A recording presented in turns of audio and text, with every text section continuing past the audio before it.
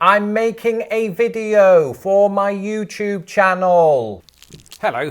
Do you ever find yourself just gazing out of the window, and not in a creepy way, perhaps at the weather, or those joggers running by, or that bloke who lets his dog shit in your yard? Well, today, I too am in a glancing mood. Why? Well, firstly, this is about to be a video in which I compare some of the things that I've seen from British and American living rooms, but also because nobody else in this house gazed more from this window than my cat. And I have the unfortunate news of announcing to you, his worshippers, that after 14 years, 10 months and 12 days, Mr. Kafka has died. It goes without saying that we miss him very much, and because of that, we wanted to make a video that he would have loved or hated because he was a cat. And it only seems fitting that the final footage that I ever took of him was that which I included in the previous video of him and Arthur looking out of the window. And so if you have a thing for being bummed out by really sad news and you haven't yet subscribed to this channel, do that now. In the meantime, here's a fun and comprehensive look at some of the things that I've seen out of British and American windows. What are we at time-wise? It almost seems appropriate that we start on the subject of birds, which, as far as I could tell, were the #1 reason that Kafka looked out the window. Of course, anybody who's seen my attempts at impersonating David Attenborough will know that both countries are not lacking for birds. It's just that, you know, the type of bird does often differ from one side of the pond to the other. Where I grew up in Britain, it was all about the wood pigeons, which sound a bit like this. But in the house that I grew up in, it was also not uncommon to see sparrows, maybe even the occasional chaffinch. And actually, just recently, I read that chaffinches are one of many birds that are common to Britain, but you won't find in North America. Then again, the US has plenty that Britain doesn't. I've just seen one up in the tree. American robin! Also, here in Chicago, it's very common to see mourning doves. About 3 years ago, me and Kafka did a video all about this North American phenomenon. And just a few weeks ago, we had mourning doves down here in these bushes, and Kafka was right in this area looking at them. It's tremendously weird, isn't it, how quickly things can change with cats. And then cardinals. And actually, a few years ago while I was taking one of those online quizzes, I discovered something about cardinals. Did you know there are 7 US states that have the cardinal as their state bird? All 7 states are joined together to form one huge country that happens to be shaped like an upside down cardinal. Or maybe it's my cat, I don't know. Mayonnaise. And of course, in both countries, even on streets where garages exist within a house or next to it, you'll often see cars parked on the side of the road. And this is probably where the British view becomes an AI rendering of the American view, or vice versa. The cars are just slightly different. I say slightly. We've talked before about how American cars are more massive. You've also got the type of cars that are popular. In Britain, it's your Ford Fiestas or your Vauxhall Corsas or your Volkswagen Golfs. Whereas here, it's your pickup trucks or your Honda Civics. Or your, what's that, Toyota Camry. And here's something I've noticed, specifically here in the US, is that most of the cars that I'm seeing down this street and that I see on the road at any given time are either silver, white, or black. And this is, you know, due to a number of reasons. A lot of it's cost. And or the owner doesn't want to risk getting a car that's, you know, puce and growing sick of it. In Britain, it's similar to this. However, in the top 3 most popular car colours, blue has usurped white in that 3rd space. You know, moving to America has introduced me to a wealth of cultural differences. Driving on the right, tipping everybody, including the toaster. And my personal favourite, being told that I've won an iPhone 14 simply for existing. And while I never clicked on those obviously suspicious links, it turns out that simply living online is enough for your data to be harvested and sold like a multi-pack of Jaffa cakes. Seriously, there are these entities known as data brokers who gather your personal info before selling it on to advertisers, spammers, and maybe that guy who keeps emailing me about crypto.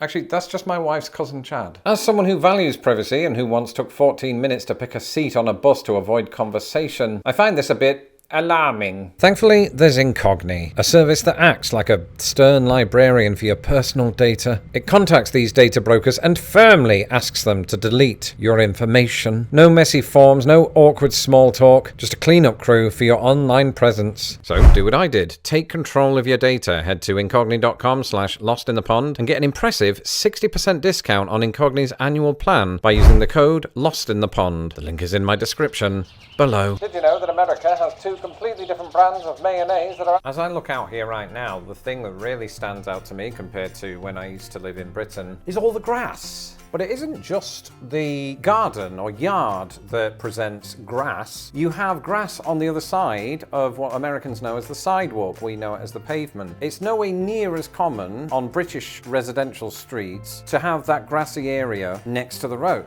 And so what I think that does is, it sort of expands the distance from this house to the houses across the street. So thankfully, because of that, it's much harder for my neighbours across the street to see me dancing in my underpants. Mayo-infused crisp sandwich, whether I'm here in Chicago. The funny thing is though, if British streets did commonly have berms, or one of the many other terms for that strip of grass, most of us wouldn't be able to see it. Do you know why? Hands up. Hands up. Those of you at the back, what's the answer? Because there'd be a wall in the way. That's right, a garden wall, often made of brick, that basically secures off the perimeter of your garden from, you know, the general public. That is weirdly less common in the US. Sometimes there'll be a fence, and sometimes it's just open land from the sidewalk to the front yard, which is why he is able to bring his dog into mine. Get out! I don't know which approach I really prefer, because I think that the walls that I'm talking about in Britain, they're not usually, you know, this high. It's something that, you know, a baby could climb over, and often do. Where are the parents? I suppose it would stop hedgehogs getting in. Actually, I don't know why you'd want to do that. Hedgehogs are really cute, which actually brings us on to this. So what's going on? Animals, because I think earlier when I talked about birds, it did a disservice to the rest of the animal kingdom that rears its beautiful head in my neck of the woods, and the neck of the woods that I lived in England. Actually, hedgehogs are a prime example of this. When I was a kid, one of the most exciting things of the summer was seeing those spiky mammals roaming our garden. I even once collected one in a box and gave it some leaves. But whenever I've spoken to Americans about hedgehogs, I get one of two responses. It's either, oh my god, they're so cute, I want to see one. Or, wait, hedgehogs are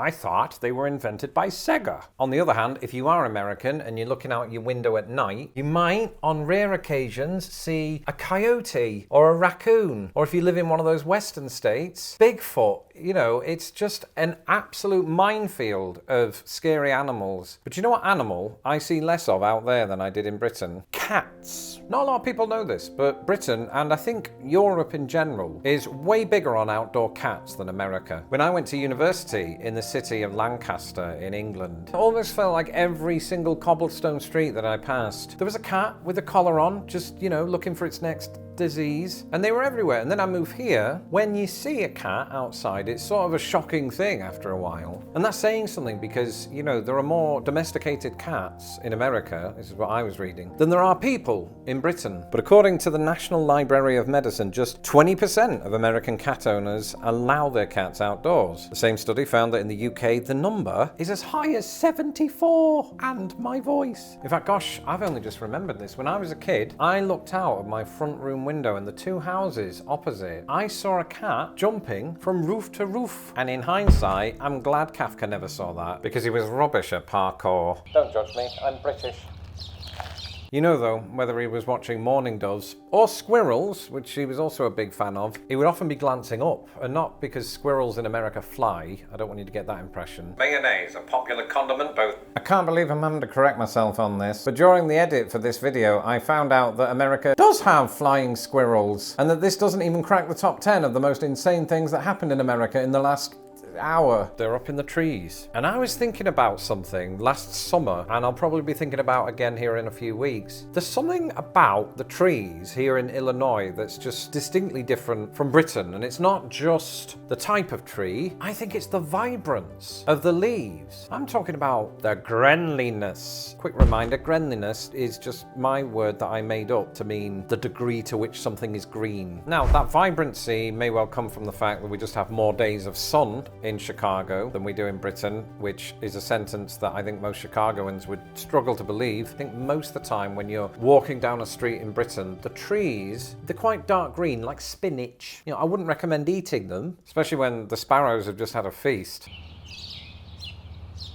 I wasn't watching you. I'm making a video for my YouTube channel. And finally, we get to the real reason that any of us look outside, and that's people watching. Who tucks their trousers into their socks? I grew up in a suburb, if you want to call it that, which was a pretty close British equivalent to where I live now. And I can say that in both cases, either with a high level of curiosity or deep, deep suspicion, my eye has always been caught by pedestrians. And you might be thinking, Lawrence, do these pedestrians differ on either side of the pond? Well, obviously they're not the same exact people. That would be weird. And the ethnic makeup of both countries is obviously different. But the biggest difference that I've noticed is that when you see pedestrians going past your house in this street, they're either walking their kid to school or they're walking their dog. This might not come as a surprise to most Americans, but it's pretty uncommon to see somebody just walking by themselves. In Britain, I feel like the reasons that anyone might walk past your house are very different. They could be walking the dog, they could be taking their kid to school, they could be walking to the shops, which are not that far away. They could be walking to catch the bus.